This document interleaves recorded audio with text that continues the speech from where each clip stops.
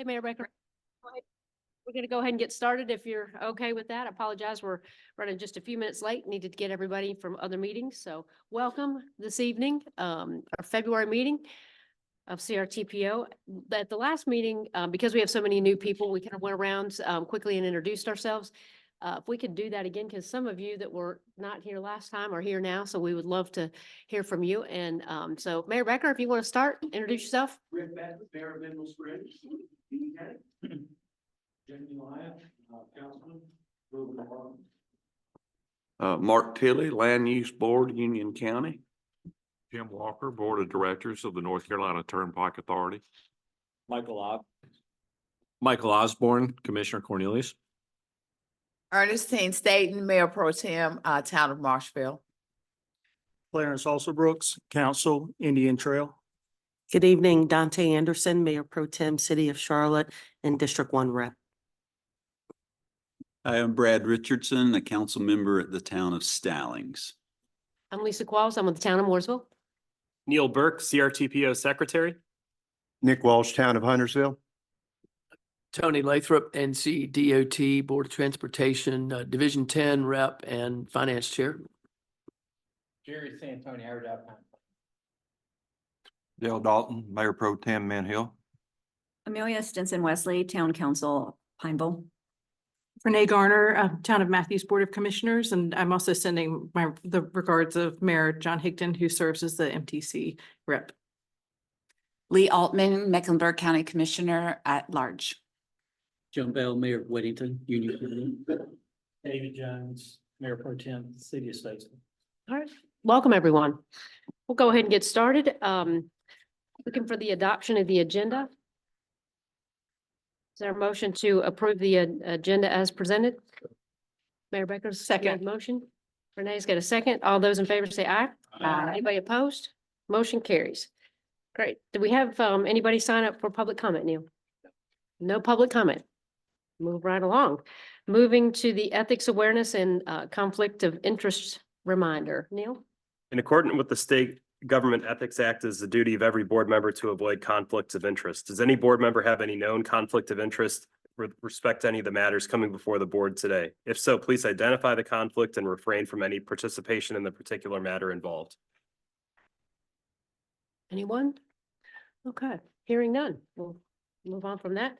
Next item, consent agenda. We're looking for a motion to approve based on the consent agenda. So moved. Second. Got a first and a second. All right. All those in favor say aye. Aye. Anybody opposed? Motion carries. And number 6, we're finally going to spend some money. Andrew Van Truska, come tell us how we can spend some money.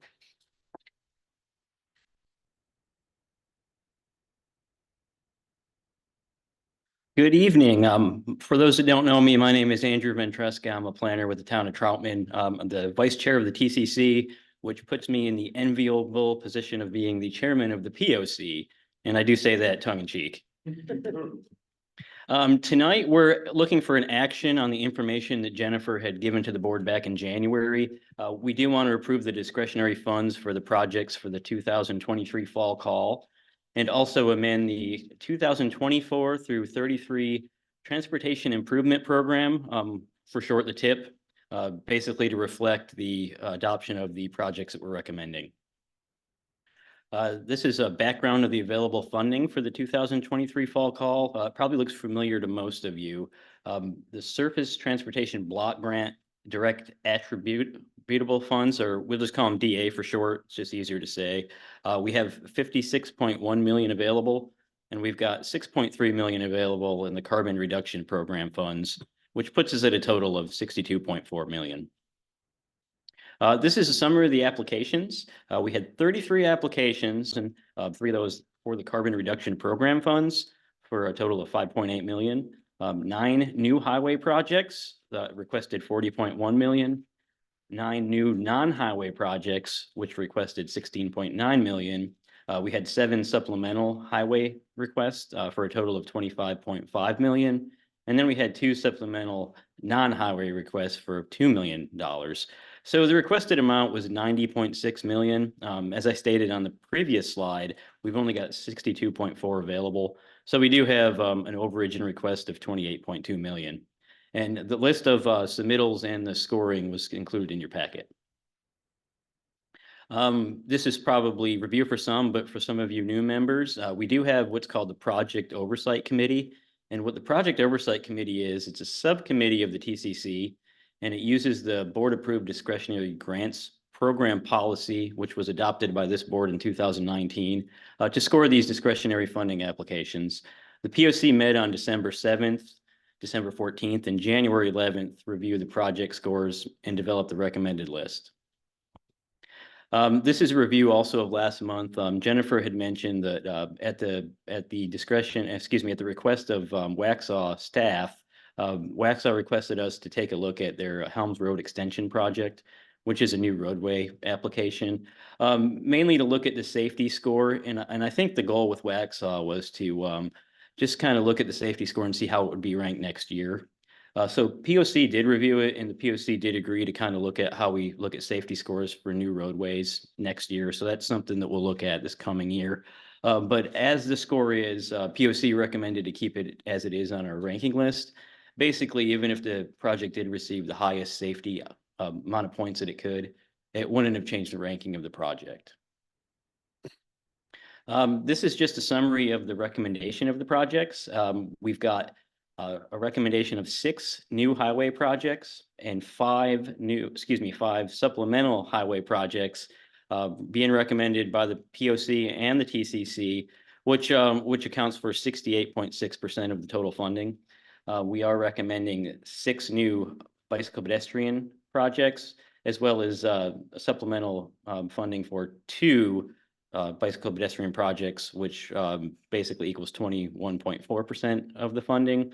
We did have the 3 new carbon reduction projects submitted. We are recommending all 3, which looks at 10% of the funding. And then we did have 3 planning projects, which I'd mentioned, for about 300,000, and we are recommending all 3 of those. And I'll say the policy does allow up to 1% of the total funding, or $500,000 for planning projects. In this case, it doesn't meet any of those thresholds. So we are recommending all 3 be approved for funding. This is a list of the highway projects. We've got supplemental requests that we're recommending approval on 4 projects for the town of Cornelius and 1 project in the town of Matthews. And then for the new projects, we have a bridge replacement in Charlotte, a corridor improvement project in Charlotte, a new roadway in Mooresville, intersection improvements in Charlotte, Troutman, and Wesley Chapel. For the carbon reduction program funds, we've got 3 applications as mentioned. One is for some EV chargers in Indian Trail, and we've got some infrastructure improvements in Charlotte, and also 2 battery electric buses from the city of Charlotte. This slide shows you the recommended bicycle and pedestrian projects. As mentioned, we've got 2 supplementary projects. One is a greenway connection in Statesville, and the other is some pedestrian access improvements in Charlotte. And then we also have a new greenway in Mooresville, Huntersville, and Charlotte. And then we have 3 sidewalk projects in Mint Hill.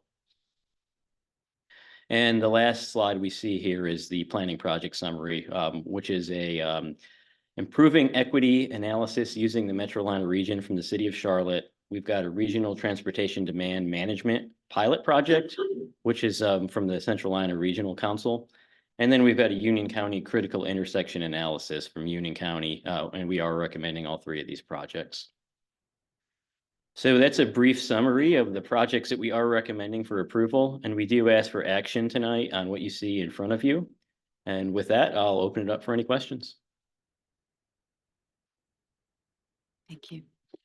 I'm looking at the map. I don't know if we can pull that up, that shows where the projects are and what they all are by description and amount. I don't have that map on this presentation, but it is in all your packets.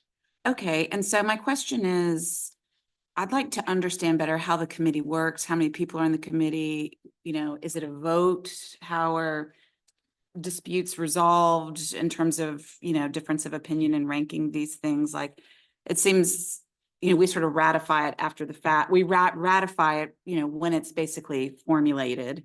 So I just want to understand, have a little more transparency around the process of Sure. the heavy lifting that is done to decide. Fortunately for the POC, the rankings and the score you see are all technical data. So that's all based on technical data. What the POC basically does is look at the projects that score well, make sure they qualify for the funding. And unless there's some kind of a X or red flag on something, the POC doesn't get involved in the political game of jurisdictional. This jurisdiction gets this and that. We just strictly go based on the technical data from the discretionary policy. Oh, that's great. Okay, thank you very much. These projects, the fall started in September. It started in mid-August and ended in the end of October. So it was open for roughly 2.5 months. Yeah. That's right.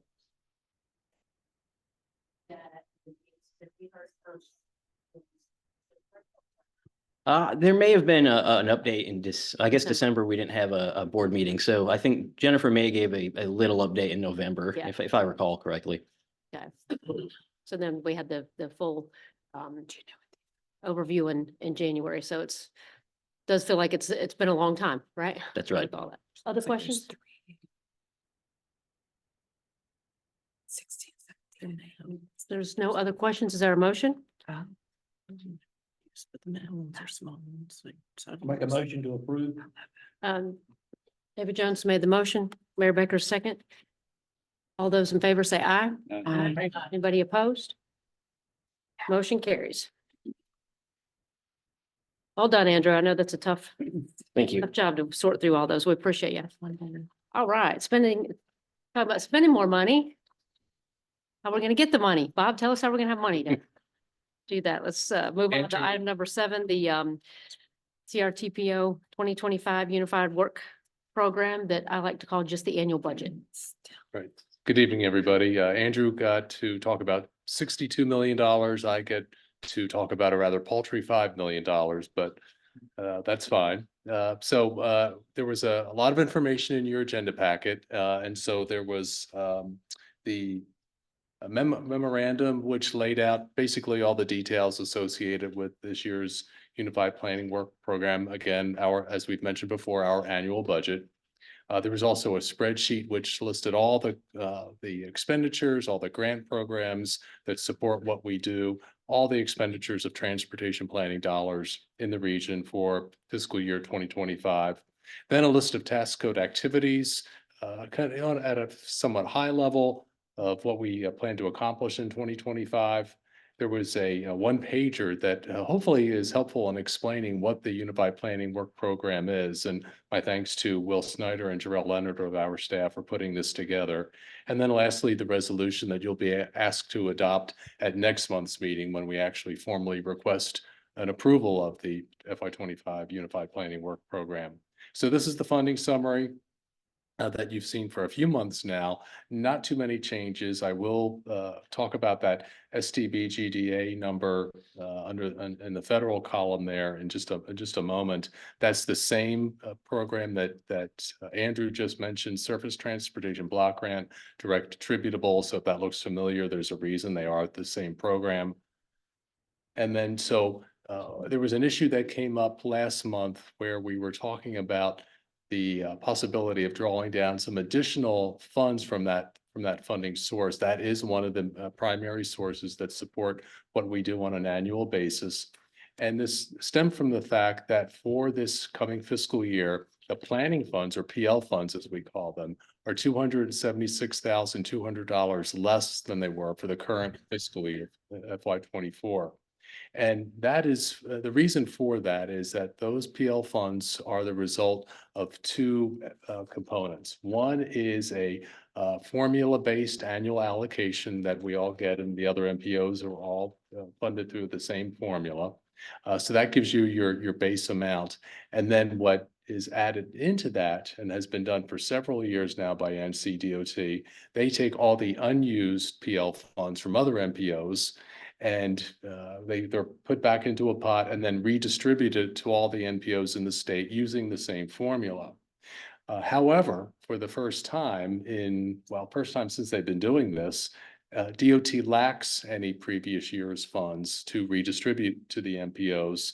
And that's primarily because some MPOs in the state are using funds from those previous years to conduct work, some studies that are still going on, that sort of thing. So again, this is the first time this redistribution is not actually happening. And that's the reason for the $276,200 fewer dollars this year, this coming year, I should say. We had a conversation with NCDOT last week about this. They explained what the problem was, but they are confident that the redistribution will be reoccurring for fiscal year 26. And this is kind of like a one-shot deal, one-time problem that we have. The conclusion there is that we are not dealing with some permanent sort of structural problem that we'll have to contend with over the next 10 years or so. And that we think that going forward, additional requests to increase that drawdown of SDBGDA funds is very unlikely. So we are recommending that we do, as a part of the approval of the work program next month, that an additional $276,200 in SDBGA funds be included in the work program. And what that will do is that will keep us even with the current fiscal year. So we will not be increasing the budget in any way. We'll just be making sure that we're remaining steady from fiscal year 24, the current fiscal year, to next fiscal year. And that was a lot of information. And so I'll pause for a moment to see if anyone has any questions about that. Questions so far? Like you said, that was a lot of spilling that out. No? I don't see Okay. anybody So we urgent. can come back to it. Okay. So in terms of the allocations for both the PL funds, the planning funds, and the STB-GDA funds, these are how they fall out, and this information was included in your agenda packet. I don't think I included the FY 2024 information in there, but you can see the allocations by task code, as they're called. These are the broad categories in which we do our work. Fairly consistent there across the task codes, a little bit less this year in that data and planning support area, a little bit more under planning process. The others are the same. Into the next list of task codes. Similar, we do have an increase in public participation. That's largely driven by the fact that we will be starting, well, actually later on this current fiscal year, work on the 2055 Metropolitan Transportation Plan. And we have a lot of public involvement associated with that. And that's why on the previous slide, you saw an uptick in planning process. That's where we fund the Metropolitan Transportation Plan activities. So bottom line is the numbers are the same there at the total. So we won't be increasing the amount of funds for both planning funds and STB-GDA funds. Section 5303 is another funding source for us. This helps fund transit planning activities for throughout the region. And we were able to fund all the requests that we received for Section 5303 funds for next year. We use a little bit of that money as well. We'll be using some of it also to support our complete streets activities that are required under federal law. And that is part of the IIJA, or the Infrastructure Investment and Jobs Act, the Transportation Authorization Bill. There is a requirement that MPOs spend at least 2.5% of their PL funds on complete streets related activities. They don't use the term complete streets, to be clear, in the law. They use the phrasing that you can see there in that second bullet point about planning activities to increase safe and accessible options for multiple travel modes. Largely, that's how we're interpreting that as complete streets. So we have an obligation of $44,300. We'll augment that with some of the Section 5303 funds, $66,636 to be precise. And lastly, on that bullet, you see what we're proposing to do next fiscal year to update our complete streets policy and coordinate with all our regional partners on that front as well. Good news here is that there is no local match for these dollars. So that's very, very helpful to advance these activities for complete streets. Wanted to get into our discretionary grant program and our planning studies. These projects will be included in the UPWP. They may look familiar because Andrew just went over them in his presentation. We include these in the work program, the same three for Central Line Regional Council, the Metro Line Regional Model Team, and Union County. I'll point out that for Union County, I think this is the third year we've been able to support the critical or the third iteration of the critical intersection analysis.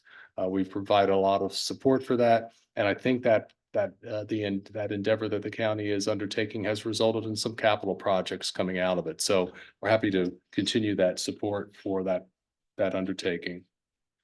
Then there are some carryover projects, and these were mentioned in your agenda packet. By the way, carryover is not a term you will see in federal legislation or any of the guidance on this. This is a local term that we use because what we have to do is carry over these projects, carry over the funds for them when they've been funded in previous fiscal years. But because of the complexity of the project, maybe it's a procurement delay, something is causing that project to not be completed in that fiscal year. So it has to be extended into subsequent years. And so there are 5 of them. The SEAM is a multi-jurisdiction project from Charlotte up to Statesville. And then you see the other 4 from Indian Trail, Matthews, Mooresville, and Stallings. All of them will be carried forward into FY25 with the amount of federal dollars you see listed there. And these projects, by the way, went through the discretionary grants program, just like the 3 previous ones. So these were all supported by this board through that program. And then lastly, in terms of some of the dollars, what we're talking about here are programs that have to be included in our work program because they are transportation planning initiatives funded by either federal dollars or state dollars. And so we have to include them in our work program, even though CRTPO won't have much involvement with them on a day-to-day basis. We may support a project or 2 in some way, for example, in the transit-oriented development grant. Gerald Leonard of our staff provides support to that initiative, and we may provide some support here and there on the others, but largely they're handled by their sponsors, and you can see those sponsors listed there and the sources of the funds. So all these projects will be listed in our work program again, but we don't spend a lot of time on them as an organization. So the next steps, we're pretty much almost at the end of this process. Later on this month, next week, as a matter of fact, we'll be going back to our transportation staff meeting. This is a group of folks from throughout the region, not just CRTPO staff, and going over these final numbers and talking to them about what the final document looks like. And then in March, we will go to the TCC at their March 7th meeting and request a recommendation from them, a recommendation for you to adopt the work program. And that'll take place on the 20th of March. And then we'll submit it to NCDOT and the Federal Transit Administration. So we're almost there. Our numbers are solid at this point. It's been a long haul, and I appreciate all the efforts of staff from just our CRTPO staff, but also all the cities and towns who've contributed to this effort as well. So I'm happy to answer any questions you might have. Great. Questions for the Renee? I have a question about the complete streets slide. There you go. And I think I missed this when you said it, but PL funds are what does PL stand for? Oh, planning. So planning funds. Is that, I mean, this is more of a general question. I'm not challenging any sort of budget, but that doesn't seem like a lot of planning dollars being spent on complete streets. Is that sort of par? I mean, obviously, if we have to use 2.5, that's par for the course, but is that like something that as an organization, if we prioritize complete streets, then the dollar amount goes up? Or is that just like, that is what everybody does and that's what we do? In terms of that 2.5%, that is a minimum. You have to, by statute, by law, federal law. And then you can spend a whole lot more than that, but at the minimum, you have to spend that 2.5%. And then we're augmenting that by that additional $66,636. Is it huge sum of money? Not really, admittedly. But there are complete streets activities built into a number of our other processes in the development of the Metropolitan Transportation Plan, and other efforts, the bicycle and pedestrian work group and its activities. So this is a very specific task, but there are complete streets activities kind of baked into what we do on a routine basis as well that you don't necessarily see on a spreadsheet. Thank you. Great question. Brad? I think that's a great question, Renee. And I would just ask you to take 2 steps back and just explain to me and those what you mean by complete streets. I think I know, but I might be off. There's probably a number of definitions for it, and I think that what comes out of the statute there is a good starting point to increase safe and accessible options for multiple travel modes for people of all ages and abilities. So making sure essentially that we no longer build streets without sidewalks, that we no longer build streets without bike lanes, that we have accommodations for transit along our streets as well. Because for a long time in the post-war era, we built streets for cars and cars alone. As you can see through a lot of our region, we're spending a lot of money retrofitting them. It's talking about making sure that the streets are built for all users. And particularly for all ages and abilities. And so I think that's one thing that we sometimes forget about, that there are a lot of folks in the region who have, it can be difficult getting around on some of our streets for those of us who are able-bodied. But if you're not, if you have some sort of physical challenge, it's next to impossible to get around. Lee? Does complete streets include curb cutouts for people who are using wheelchairs? Absolutely, it can be, that's a part of it, yes. Great questions. Others? Questions? Go ahead, Brad. Sorry, and just to bring it full circle back to Ms. Altman's question about discretionary grants and how they're scored, is Complete Streets thinking part of the discretionary grant program? Andrew, is there a complete streets element within the discretionary policy? It's based on the applications that are submitted. I think most towns nowadays are using streets for their applications. So while it's not necessarily, I don't think it's a component of the policy. I think most of the applications we see do follow the complete streets or looking for all users. May I ask one more question? Yep. Thank you.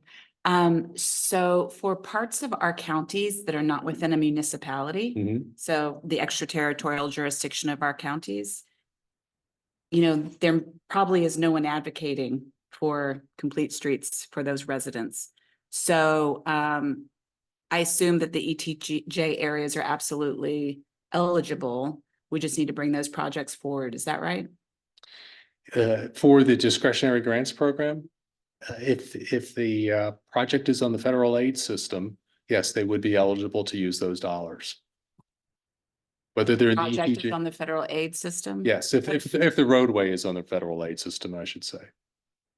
Who could help advise me what those roads are in the ETJ of Mecklenburg County or any other county that they want to hone in on the streets that are eligible? Because I don't know what's eligible, and so I'm unable to advocate. Sure.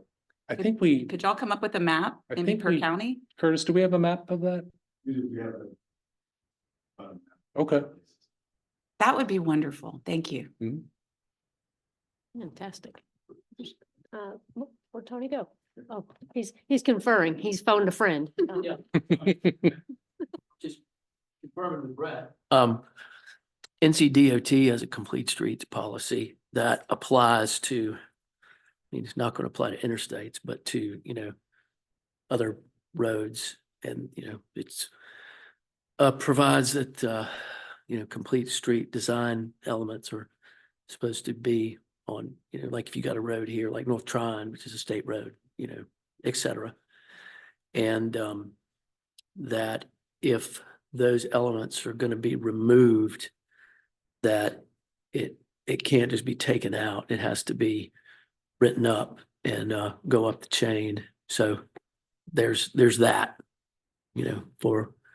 so, to your point, if there's state roads that are not in the city limits, that would apply to them too. Other questions? So great points to bring on. Anybody else? Right. Okay, Bob, I know your information was FYI tonight, so next month we'll be prepared to take action. Is that Very right? good. Thank you. Okay, super.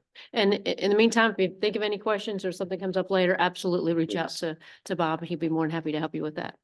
All right, moving right along. We haven't seen Brett tonight for a while, so come on down. Oh, no, you have me one. Oh, sorry. Oh, Me for sorry. one more. I was moving right along. I was excited. Dang. Bob, step there. Somebody said they want this meeting to be 45 minutes. Who was it? Well, I promise to be fast. I know you want to get to Brett, but I'll be fast on this one. So this is about our self-certification. This is something we do every year. For those of you who've been on the board for a little while, you're familiar with this. So I'll talk a little bit about the process, talk about the memo that was in your agenda packet and the checklist that was in there as well, and then next steps in the process. So as you all know, everything that we do, almost everything we do is related to federal regulations, some state statutes as well, but mostly state regulations. And there's also NCDOT policy associated with this that requires MPOs to, on an annual basis, certify their planning processes. And there are two major points associated with that. One is that you find that we are addressing the major issues that face our area. And that everything that we do, our planning process is being conducted in accordance with all the requirements, statutes, regulations associated with the metropolitan planning process. And board approval is required for this. And in North Carolina, what we do is we link this to the approval of the Unified Planning Work Program. So that's why it comes up every March. And the reason for that is that you're developing your work plan for the next fiscal year. So it's logical you might want to sort of reflect upon what you're doing during the current year and are you doing it properly? Our process was basically, we took the checklist that you had included in your agenda packet, and this checklist is provided by the Federal Highway Administration, and we review it and we provide all the responses to the issues and the questions that are raised. We discussed this at the January 10th Transportation Staff Meeting. No concerns were raised at that time, and we will go to the TCC for action at their March meeting. I did want to note one other thing. For those of you who were here last year, you may recall that the FHWA and the FTA conducted jointly a certification review of this organization. And for MPOs of our size, they do this every 4 years, where they come in and they do kind of a planning audit, if you will, of all of our processes. And out of that, there was one commendation for what we do, 3 recommendations, and very happy about 0 corrective actions. We haven't had a corrective action for a number of iterations of the certification review, which is good news for us as an organization. So even though we went through this very intense activity just less than 12 months ago, we do have to, on an annual basis, by statute, conduct this self-certification and endorse or adopt a resolution to that effect. Your memo included that checklist. And again, it had 11 questions and there were staff responses in there. We did provide a table that had listed all the citations because there are a lot of federal statute and regulatory citations. The first 6 items on that checklist, they're probably the most important. They are really those foundational, those most fundamental elements of any MPO. Talks about the memorandum of understanding, board representation, our planning area boundary, which we just reaffirmed late last year, and then getting into those most basic of documents for any MPO, the work program, the TIP, and the Metropolitan Transportation Plan. And then the next items were a broad array of topics from congestion management process to public involvement and engagement with a host of different agencies that might play a role in the transportation planning process. Still important, but the others are probably just simply foundational to what we do. So all that information was in there. I'm happy to go over any of our responses with you, but our next steps in the process will be asking you for action at the March meeting. You'll adopt a resolution, self-certifying our process. And one question we do have for you tonight, it's not an action item in the traditional sense, but is this something that would be okay for the consent agenda so we don't have to conduct another presentation on this? We'll be happy to do so if that's your preference, but traditionally, I think for the past few years, we put this on the consent agenda. Does anybody have any opposition to this being on the consent agenda? What's the status of the review? Currently, we are still under contract with the attorney that had a serious medical condition. He is home now. Is that right, Bob? In fact, I got an email from him today, so he is back to work, thank goodness. So hopefully, he's getting caught up and we'll have a better update in March of that. So we had sought the legal counsel, for those of you that were not here last year, sought some outside legal counsel that just would represent our interest that was, not associated with Charlotte, to look at the language on that and, bring that forward. And unfortunately, right after the attorney that accepted the contract, he fell ill and was in the hospital for a number of weeks and I think a couple of months with some serious medical condition, but he's home now, so he'll resume work on that and hopefully we'll have a better update on that for March. It's going to be an action-packed year. Yeah. Anyone else have any questions, or if not? And if you have any questions about the checklist and those responses, please, like with the UPWP, please let me know. Correct. And hearing no opposition, we'll go ahead and put that on the Okay. consent agenda for next month. All right. Good, thank you. Anything else? Others? All right. Now it's time for Brett. Agenda item 9, Brett Knipe is going to give us a quick update on the I-77 corridor update. As if Brett's not busy enough trying to get how many projects do you have underway right now in Division 10? I would hate to wager a guess. Gotcha. All right. I know we've got hundreds and hundreds in development for sure. Super one. And this is the next one that's under development as well. So bring us up to speed. right. Again, we have a lot of new people, so we appreciate you taking time to give us that quick historical perspective and where we are now. Absolutely. Thank you. Again, everyone, I'm Brett Knipe with NCDOT in Division 10.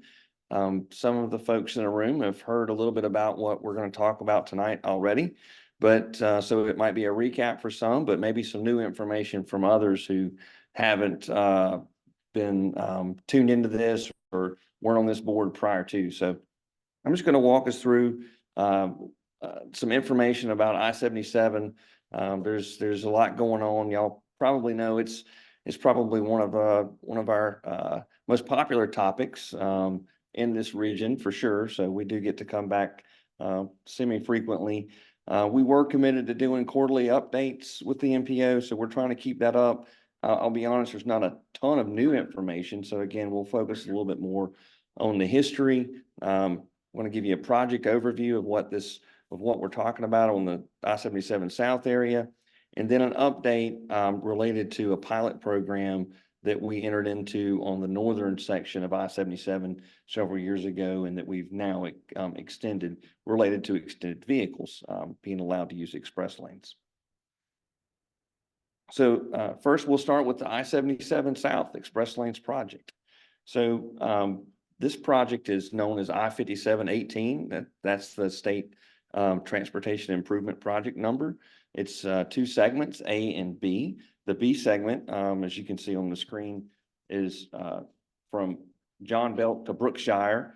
And then the A segment is from John Belt all the way down south to the South Carolina state line. It's around 11 miles of proposed improvements. And if you look at this project in our STIP document, it's going to tell you that the project's designed to widen I-77 with 2 express lanes in each direction. And so that thing's been around a long time.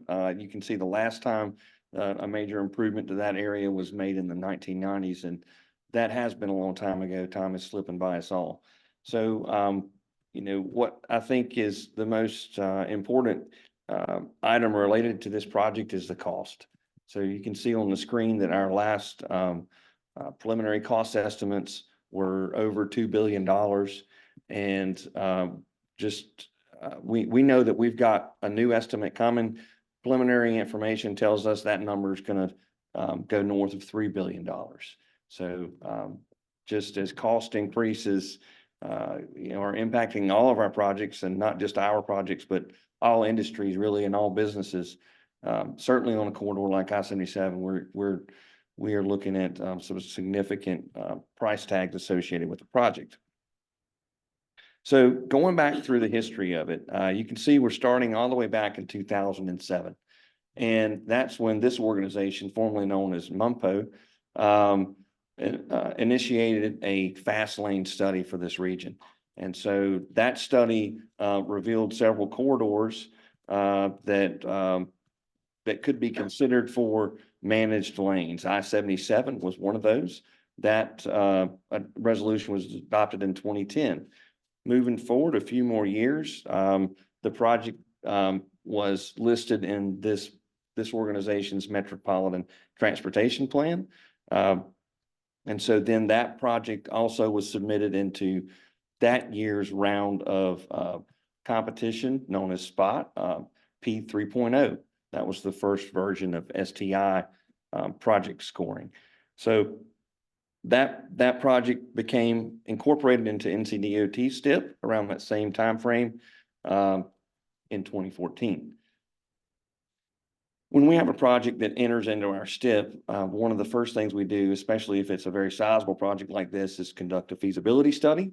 That work began 2015. We or completed it in 2015, and that's where we started generating concepts of what this project might look like. And that's very preliminary. It is a feasibility level effort. But since that time, we've gone through another STIP cycle. It's continued in P4 and shown up in the next STIP, the 2018-27 STIP at the time. And it continues to be adopted into the local plan, into the MTP. It continues to stay in our STIP. And we had begun work in 2018 on this project, just as we would with any project. As it reaches the right point in the process, we begin the preliminary engineering and design work that would go into a planning document for a project. So we've been working on that since 2018. Again, the last action we're showing here on the screen is this continued adoption by CRTPO into the Metropolitan Transportation Plan. That's just something that has to occur in order for the state's STIP document and the planning organization's document to align with each other. So a lot's gone on since 2018, since we started working on the project. I'll talk to you about this comparative analysis that we're doing right now. So I want to mention something really quick to highlight that the project has been worked on by NCDOT and NCTA, the Turnpike Authority, and our consultants, and the city of Charlotte for several years now, where we're developing what this project will look like. It's the same process that we undergo with any project that we take on. This one just happens to be one of the biggest we've ever contemplated. So we received an unsolicited proposal to widen this corridor with express lanes, just as our project had already identified, this locally adopted project. That was in 2022, February 2022. We brought that to this organization at that time around March. But ultimately where we landed with that was that unsolicited proposal wasn't really much different than the project that I've just described to you guys that we've been working on for all these years. So we just collectively decided with CRTPO to just do nothing essentially with that proposal, but to conduct a comparative analysis, which would have been part of the evaluation process anyway. Conduct a comparative analysis of what a P3 delivery, a public-private partnership delivery, could look like compared to a traditional public delivery where we're doing all this with just public funds. The P3 option brings private financing and private capital to the table to help deliver the project. So that's essentially, what we were tasked with doing in that comparative analysis. We need to figure out, is that a viable option for us to consider? Is a P3 a viable option? Is it economically feasible, physically feasible? And the value for money analysis tells us really, is it worth whatever investment and costs that are associated with that project? So we've been working on that for the last year. There's quite a great deal of work that goes into that effort. You can see some of those bullets listed there: qualitative risk analysis, model development, traffic and revenue forecasting, and of course the construction cost updates, which I've already mentioned, have continued to grow. So as I said, we wanted to come back quarterly at least and give you guys an update on that process, but we're not forecasting any real new information coming. I don't have any new information on the effort tonight. We're just simply not complete with the work. But hopefully later this spring, our goal is to do it sooner rather than later, to come back with the findings of that comparative analysis. We're going to have those updated estimates by that time. There's a lot of work that goes into thinking about how this project, would operate. What's the cost to operate it? We'll come back and present to this board again later this spring, and really try to go into the details of it with you guys then.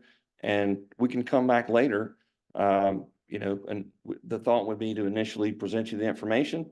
I'm sure it's going to generate some questions and some thoughts, and we can have open dialogue about that. And then it will be up to this board to determine whether or not we want to move forward with the next steps in that process, which could be a procurement of a P3 project. And I want to go ahead and emphasize too that if you guys believe that's the right step at that time, there's still another off-ramp, we'll call it. That doesn't mean, if we decide to do it, the P3 is a smart move and you guys want us to explore it, it's still not the final opportunity to hit those brakes. That would occur just before signing that contract, which would be sometime well after that.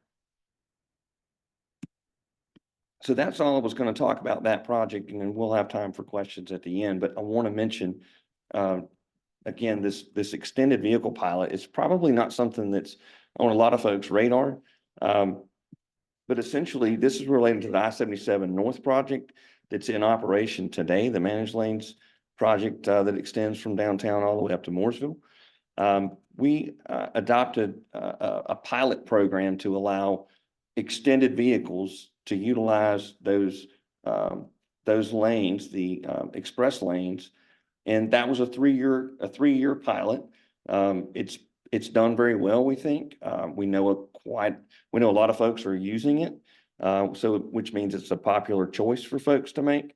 And since that was just a 3-year agreement for that pilot, what we landed on with I-77 Mobility Partners was an extension of that pilot. It's a short-term extension for 7 more months because we want to negotiate a longer-term agreement that's the best deal for the state and that works for our partners.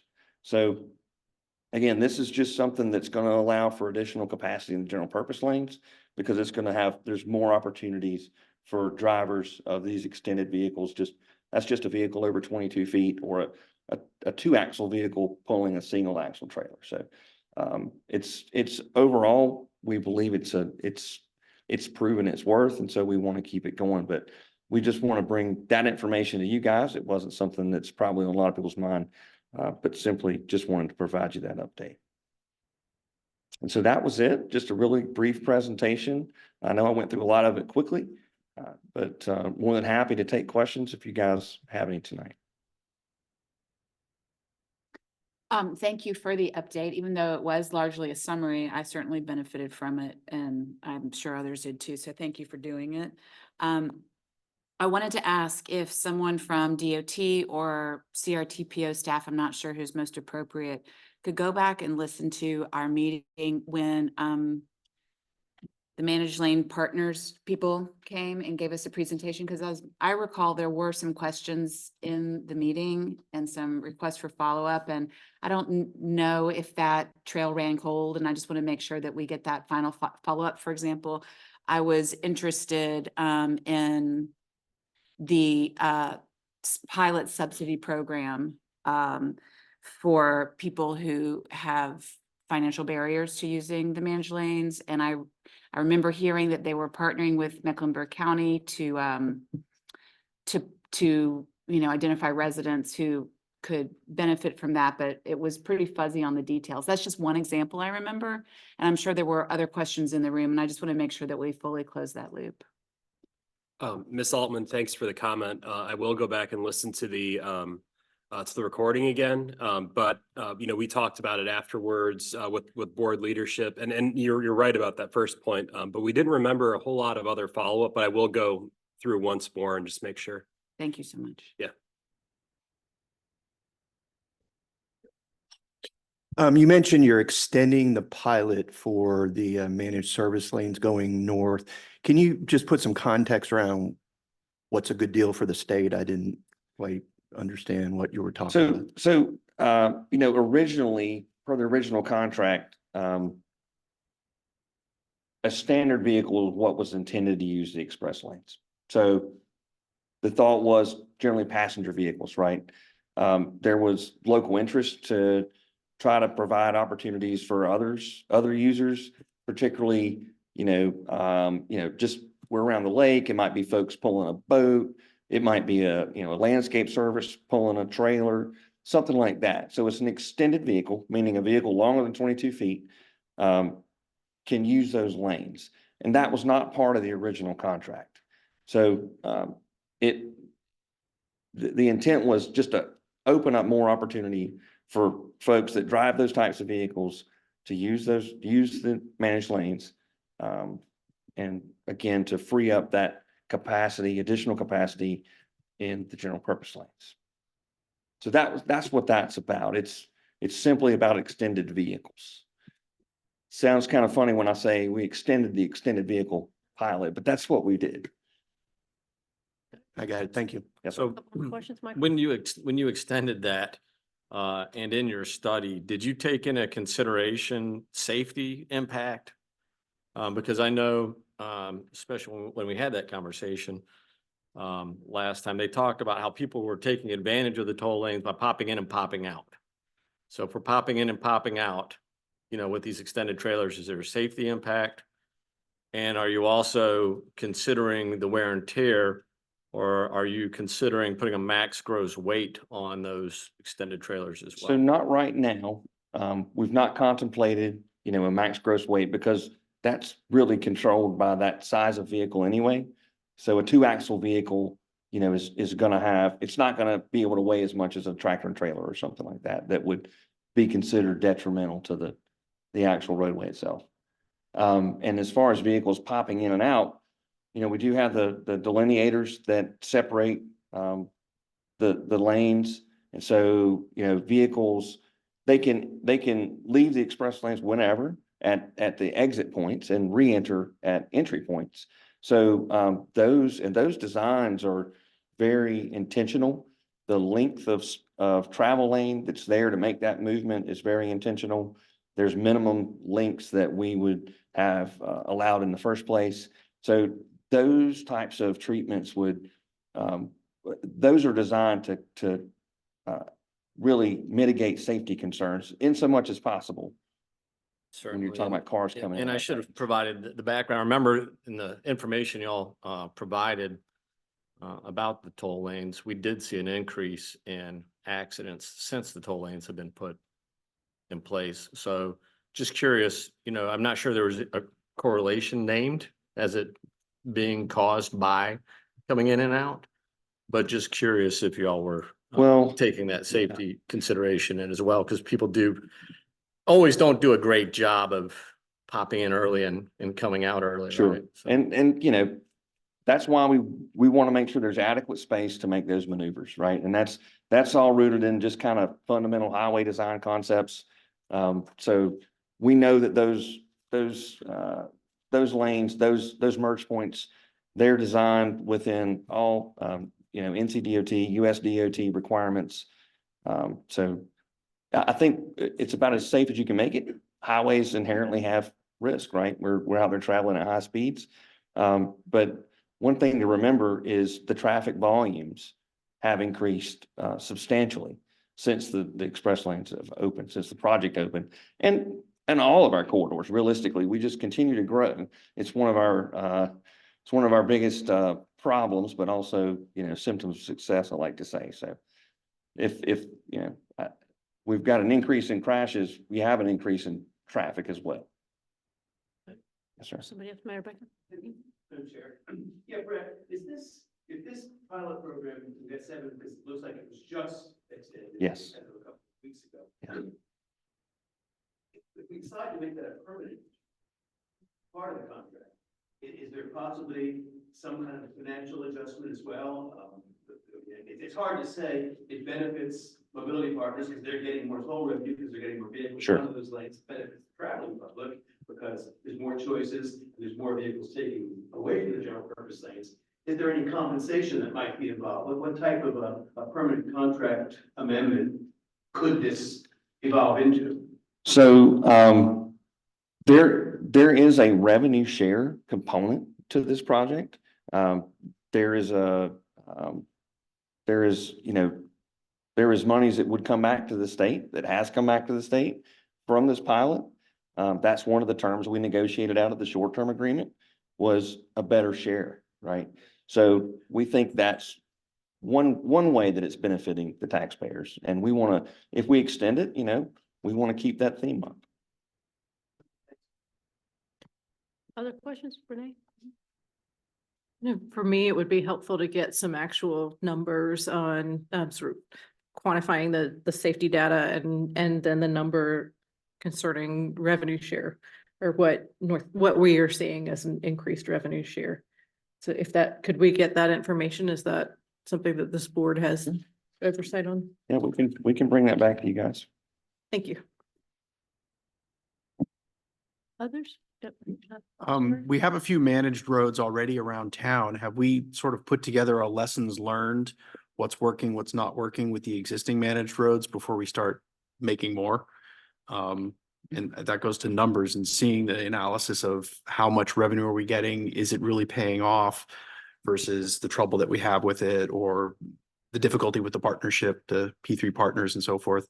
So there seems like there'd be plenty of opportunity to learn from what's already been done before we start doing it more.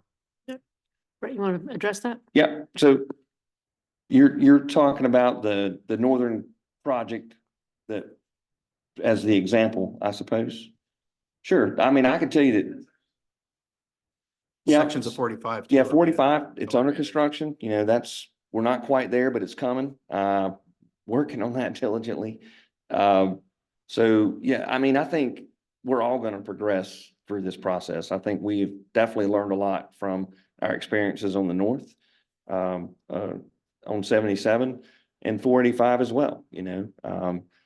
It's a tool in the toolbox, if you will, and that's something that has to be decided. As you saw from the history slide, those decisions started way back in 2007. And so it's taken a long time to get to where we are today.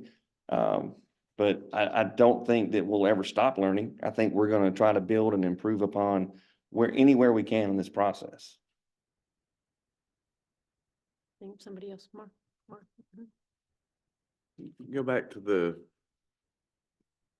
pilot program you had on the 77 toll lanes.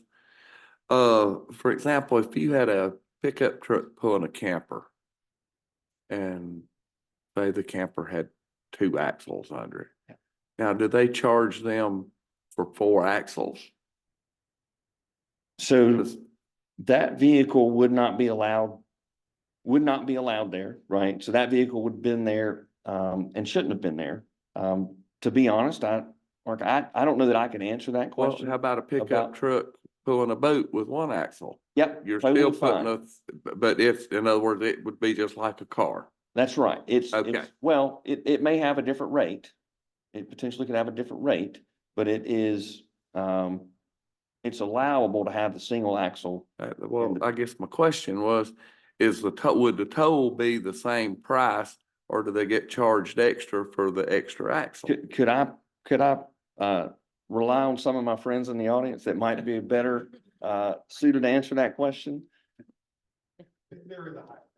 That was what I thought. I wanted to verify it. Yes.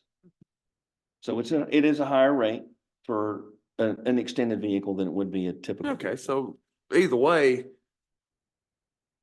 it's something different, but they're getting compensated for it. Sure. Okay. I mean, Absolutely. it's just not like you're allowing the vehicle they're towing to go free. It's not. No, yeah. I mean, Okay. it's not. All right. Yeah. It's not a free program. Great questions. Others? All right, Brett, I think that's all the Okay. questions for right now. And it sounds like we've got some follow-up. I think Neil will check on that. So Thank you, we'll bring it everyone. back at the March meeting at that point.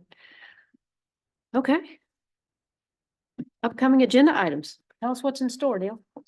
The March 20th CRTPO board agenda is anticipated to include the approval of the FY 2025 Unified Planning Work Program, AKA our budget, as well as the FY 2024 self-certification that will be on the consent agenda.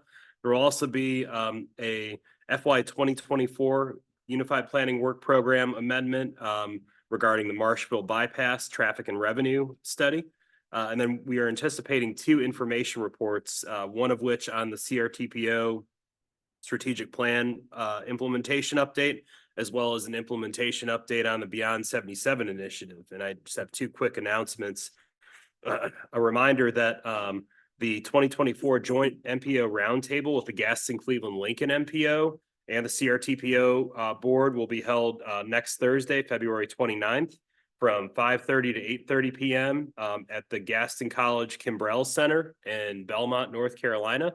And we're still looking for RSVPs, either if you can attend or not attend, to help us plan for dinner, as well as just seating arrangements and everything. So if you haven't RSVP'd, you can go ahead and scan the QR code here. But if you have, you don't have to worry about it. But we're just trying to lock down the final numbers for the CRTPO board.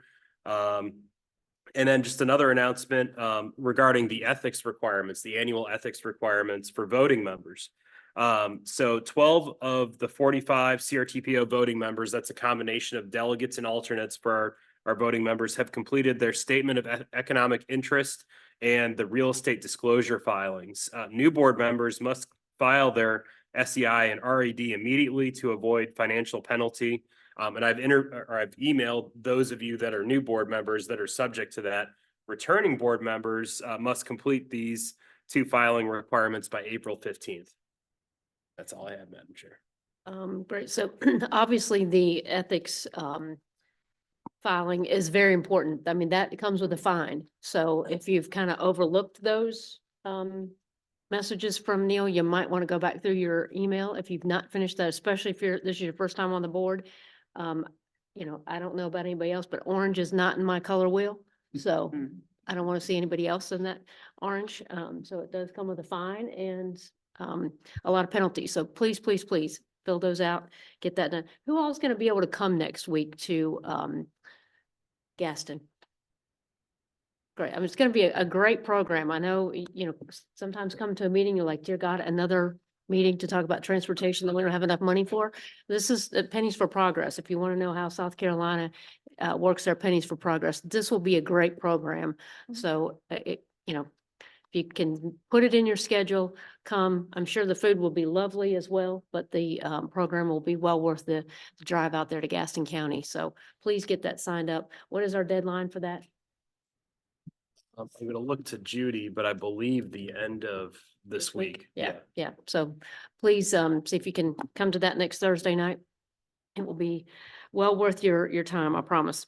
Tony Lathrop, like I said, we're fortunate to have board member, NCDOT board member that comes to every one of our meetings. So we're thankful to have you. Tell us, how much money do we have?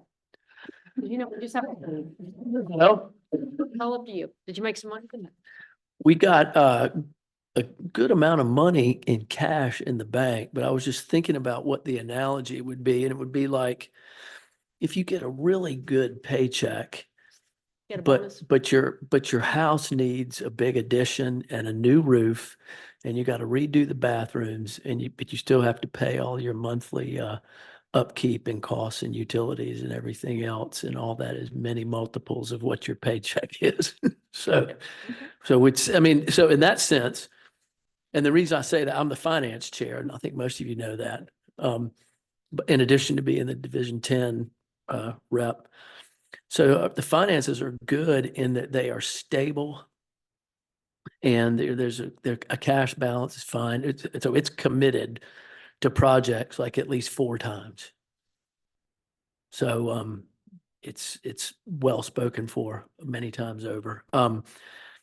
But so we have a spend plan that we're required to have, and we just updated that as the legislature finished with their work. And so that gave us some different things to plug into that.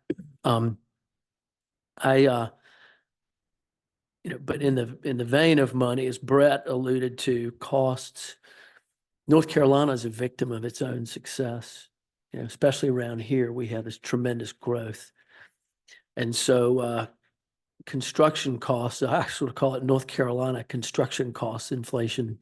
It's way more than, regular garden variety inflation.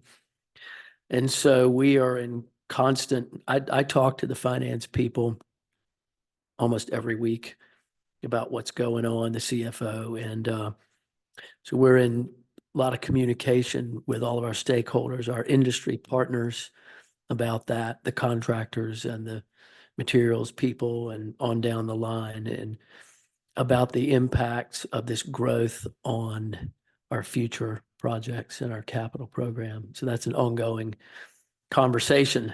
But the good news is that, we have a stable revenue source. It's just not enough. I mean, we all have projects we want that are in line somewhere, and, we're going to get approved down the road, like the big one we're talking about here.